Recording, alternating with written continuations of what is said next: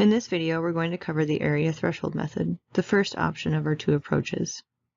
We've ran through this tool once before when working on the hydro conditioning of our DEM.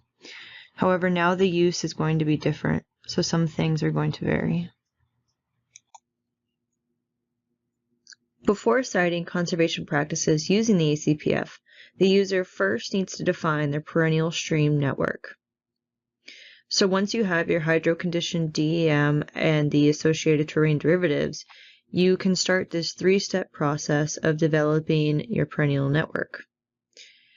First, you delineate a flow network. Second, you'll go in and manually identify which segments are perennial or at least of interest. And then third, you define that perennial stream network using the results of step 2. Step 1 can be done using two different methods, the area threshold method and Pucher-Douglas. Area threshold is an easily understood method where the user gets to specify a certain threshold, which makes it repeatable as well, meaning that no matter what watershed you use it in, you can always specify the same threshold if you wish.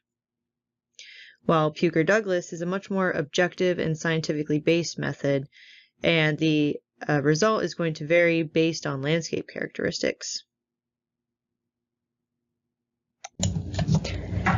Briefly, I'd like to make it clear what we mean by perennial stream network and also why we emphasize the importance of this.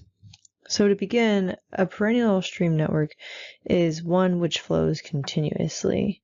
You can see in the first hydrograph all throughout the water year, there is a base flow. There's a continual flow within that channel. In an intermittent or seasonal stream, flow is only going to occur at certain times of the year when it receives water from, say, springs or from other surface source, such as during like snow melt or something like that. You can see in the middle hydrograph, for the beginning of the water year, there is no flow, the base flow is 0, but then between January and June, there is some flow that's likely due to snowmelt in that case.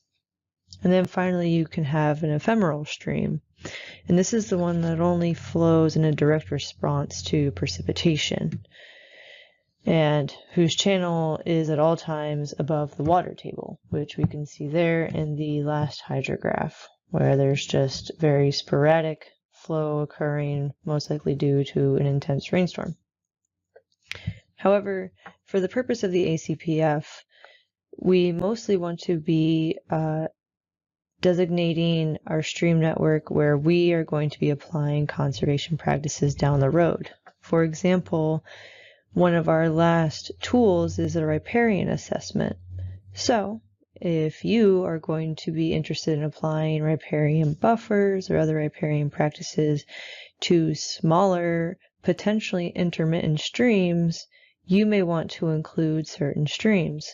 However, for the most part, people are generally only concerned with perennial, that is, continuously flowing streams. That is why we make this distinction here. Back in our map document, you can see I have my terrain derivatives that I got after my hydro conditioning process. So I have my new DEM, which is now the original DEM I'll use from here on out. And you can see I still have this old area flow network output that I got when I was using a 5-acre threshold.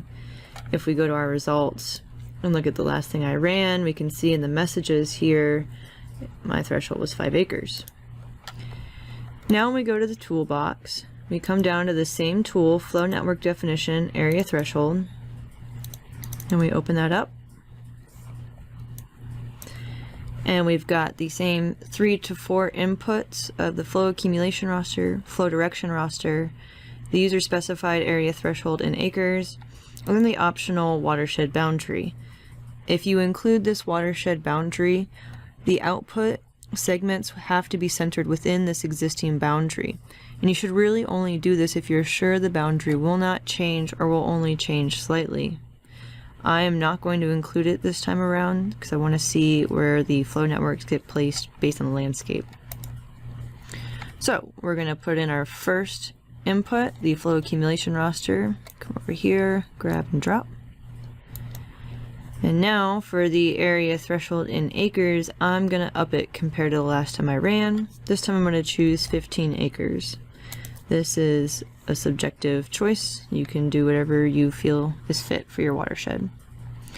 The flow direction roster was automatically added, and then our output flow network is right here, already added. We get this warning that it already exists, but we know that. We had run it previously, and that's okay. So we'll let it run.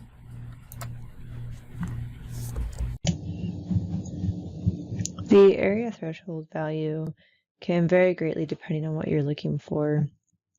You can choose a small value, say of 5 acres, if you're looking to delineate channels that are above your perennial network. But if you're looking for a value, say of 15 to even 25 or larger acres, this is up to the user depending on what their end goal is. I recommend that if you're unsure, you run this a few times and sort out what you would like to be identifying, and then make your choice from there.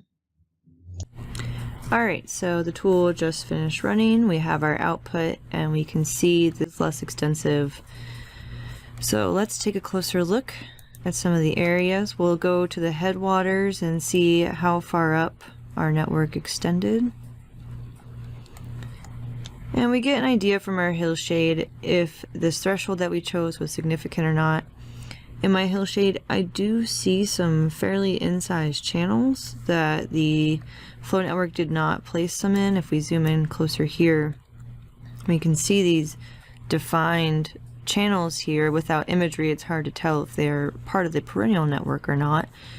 However, because no flow network was placed there by the area threshold network tool, I may want to rerun my tool with a lower threshold, say 10 acres or something. But if you found this to be significant enough and extensive enough, this output would work. I generally do choose a lower threshold value just to make sure it does extend far enough into my perennial network. And the reason you want to make sure it does extend beyond the perennial network is because when we move to the second step of that 3-step editing process to code our perennial streams. So to give a little preview into that second step of this 3-step process, we'll take a look at the attribute table, and we can see that we have this field called stream type, which right now is populated with all zeros. This will be the field that we are going to edit based on whether a stream segment is perennial or ephemeral or intermittent.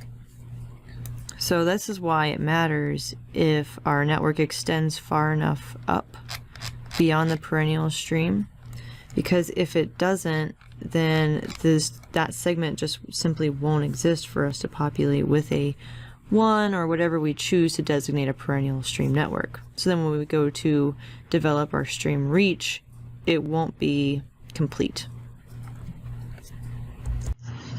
Alrighty, so here's a brief recap of the tool that we just ran, the area threshold flow network definition. Next, the Puker-Douglas tool, or go on to populating stream type field, which is the next necessary step in developing your stream reach.